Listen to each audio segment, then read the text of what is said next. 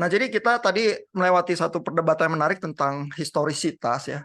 Dan Paulus itu muncul berkali-kali dalam argumen soal historisitas Alkitab ya, karena Paulus memakai apa eh, kisah Adam dan Hawa untuk nasihat etis ya soal sebaiknya wanita jangan berbicara karena Hawa yang jatuh ke dalam dosa lebih dulu, mengacu kepada cerita Adam dan Hawa itu begitu ya.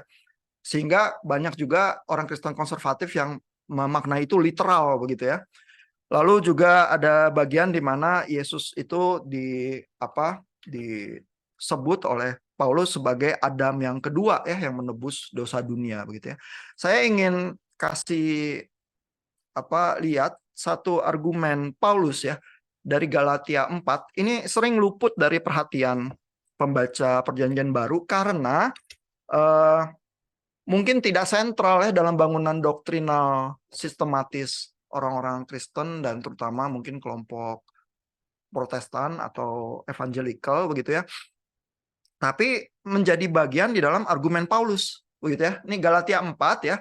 Saya bacakan pelan-pelan, Bapak Ibu rasakan arus dari argumen Paulus itu ya.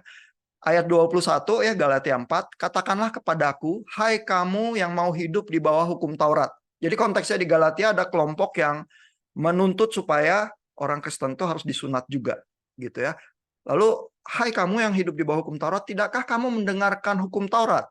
Ayat 22, bukankah ada tertulis bahwa Abraham mempunyai dua anak, seorang dari perempuan yang menjadi hambanya dan seorang dari perempuan yang merdeka. Ya, jadi ini alusi kepada Sarah dan Hagar ya, yang mengandung anak Abraham.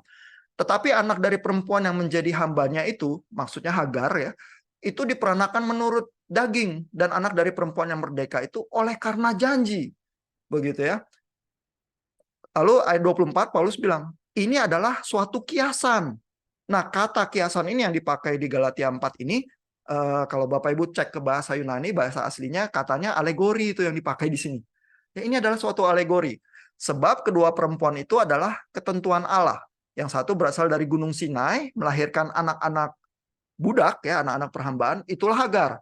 Hagar ialah Gunung Sinai di tanah Arab, dan ia sama dengan Yerusalem yang sekarang, karena ia hidup dalam perhambaan dengan anak-anaknya. Tetapi Yerusalem surgawi adalah perempuan yang merdeka. Ialah ibu kita, Sarah. Begitu ya. Karena ada tertulis, bersukacitalah hai si mandul yang tidak pernah melahirkan, bergembira dan bersorak-sorailah hai engkau yang tidak pernah menderita sakit bersalin, sebab yang ditinggalkan suaminya akan mempunyai lebih banyak anak daripada yang bersuami. Ya, ini Paulus merefer kepada janji Tuhan buat Abraham yang akan mempunyai banyak anak begitu ya. Dan kamu, saudara-saudara, kamu sama seperti Ishak. Ya, dan kita ingat nama lain Ishak adalah Israel, ya. Orang Yahudi sebenarnya ya, adalah anak-anak janji. Tetapi seperti dahulu, dia yang diperanakan menurut daging, menganiaya yang diperanakan menurut roh. Demikian juga sekarang ini. Nah, kalau Bapak Ibu lihat konteks Galatia ya, sebenarnya yang menganiaya siapa? Yang menganiaya itu orang-orang Yahudi. Yang merasa bahwa sunat itu penting. Yang dianiaya siapa? Orang-orang yang non-Yahudi, Gentiles. Anggapannya dari sisi Yahudi, orang kafir. Yang percaya kepada Yesus, terus menurut pandangan Paulus, nggak usah disunat. Begitu ya. Nah, tetapi apa kata nas kitab suci? Usirlah hamba perempuan itu beserta anaknya, sebab anak hamba perempuan itu tidak akan menjadi ahli waris bersama-sama dengan anak perempuan merdeka itu. Karena itu saudara-saudara, kita bukanlah anak-anak hamba perempuan, melainkan anak-anak perempuan merdeka. Supaya kita sungguh-sungguh merdeka, Kristus telah memerdekakan kita. Karena itu berdirilah teguh dan jangan mau lagi dikenakan perhambaan. Jadi maksudnya Paulus adalah jangan lagi paksa-paksa mau disunat gitu ya. Karena itulah artinya hidup di bawah kuk perhambaan. Sesungguhnya aku Paulus berkata kepadamu, nah ini dia terang-terangan nih, aplikasinya sekarang dia sebut di Galatia 5 ayat 2. Jikalau kamu menyunatkan dirimu, Kristus sama sekali tidak akan berguna bagimu. Nah ini ya adalah bagian di mana Paulus itu pakai kisah historical ya, kalau kita mau bilang kejadian itu historical begitu ya, secara alegori. Ya kan, ini adalah sebuah kiasan. Ini tuh kayak waktu berteologi Paulus itu kata seorang penafsir melakukan jujitsu begitu ya. Loh, Orang-orang Yahudi itu dari awal udah tahu mereka keturunan Israel, keturunan Ishak, bahkan secara fisik mereka adalah anak-anak Sarah. Begitu ya. Terus tapi yang dilakukan Paulus adalah menggambarkan Israel yang anak Sarah itu sebagai anak yang hidup di bawah penghambaan. Kenapa? Karena mereka maksa supaya sunat. Itu nggak masuk akal, gitu ya. Itu melanggar historisitas modern, gitu ya. Kalau kita mau pakai historisitas modern sebagai semacam kriteria kebenaran sejati kita, begitu ya. Nah, jadi tampaknya ya Paulus itu jauh lebih bebas tuh melakukan alegoris, melakukan metafora, begitu ya. Bahkan di sini yang Paulus lakukan adalah sebenarnya juga ada semacam undangan ya yang sifatnya lebih simpatik. Loh, dengan kata lain ya, kalau kamu paham cerita ini ya, bahwa kamu itu meyakini kamu keturunan Ishak dan keturunan Sarah, seharusnya kamu juga hidup menurut janji, bukan menurut hukum fisik. Ya, karena jika kamu menyunatkan dirimu, Kristus sama sekali tidak akan berguna bagimu. Gitu kata Paulus. Jadi ada undangan yang sifatnya menegaskan keturunan daging dari Sarah itu historisitas ya, tetapi harus dihidupi di dalam realem spiritual. Karena kamulah anak-anak janji itu. Begitu ya. Tapi argumennya Paulus ya yang melakukan jujitsu teologi semacam itu ya, itu bukan argumen seperti orang modern yang menuntut bahwa historisitas itu harus sesuatu yang objektif seperti historisitas modern gitu ya. Jadi ya pertanyaan pentingnya ya adalah kalau kita bilang historisitas itu penting, apakah tidak kita sedang dijajah oleh historisitas dalam versi modernitas itu? Ya, sehingga itu yang kita bela ya. Tadi Pak Beni mengkritisi rasionalitas ya, tapi jangan-jangan kita ada penjajah yang lain itu, yaitu historisitas itu. Karena Paulus tampaknya tidak beroperasi seperti bayangan histori modern kita ya. Lalu saya ingin juga tunjukkan ya dari Peter Enns ya. Peter Enns tuh berusaha menyodorkan solusi itu ya sebenarnya ya di dalam teks bukunya yang chapternya Bapak Ibu udah pernah pegang juga ya. Ini ya dari Peter Enns. Di sini dibilang ya. Jadi historiografi ya di halaman 60 ini ya. Peter Enns bilang historiografi is not the mere statement of facts, but the shaping of these facts for a particular purpose. Ya.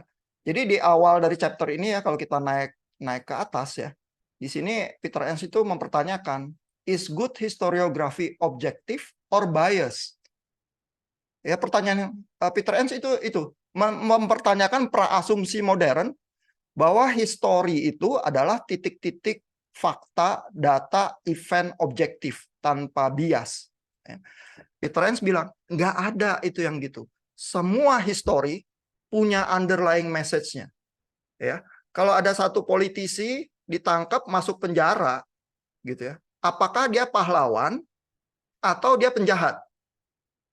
Itu bisa banyak interpretasinya. Eventnya satu, politisi ditangkap masuk penjara. Kita harus tanya nama politisi itu siapa? Apakah itu Nelson Mandela, gitu ya, atau nama koruptor di Indonesia ya, banyak tinggal isi sendiri namanya gitu ya. Sama faktanya, politisi ditangkap masuk penjara gitu. Tapi pemaknaan tuh bisa beda karena pemaknaan bukan titik fakta objektif saja, melainkan apa narasi yang mengikuti fakta objektif itu. Gitu ya, sehingga jangan-jangan kalau seorang penulis kuno seperti Paulus itu tidak beroperasi dengan historisitas modern kita gitu ya, sehingga dia dengan bebas bisa melakukan kiasan, alegori, bahkan pakai cerita yang menurut kita harusnya historis, dipahaminya harafiah ya, dengan cara yang sedemikian ya. Kalau kita pakai standar kriteria historisitas kita akan bilang Paulus tuh gila ya. Semua orang Yahudi tahu mereka keturunan Sarah, keturunan Ishak begitu ya. Kok bisa dibilang orang Yahudi itu anak-anak yang hidup dalam perhambaan? Ya. Karena buat orang Yahudi sunat itu ya dari Abraham.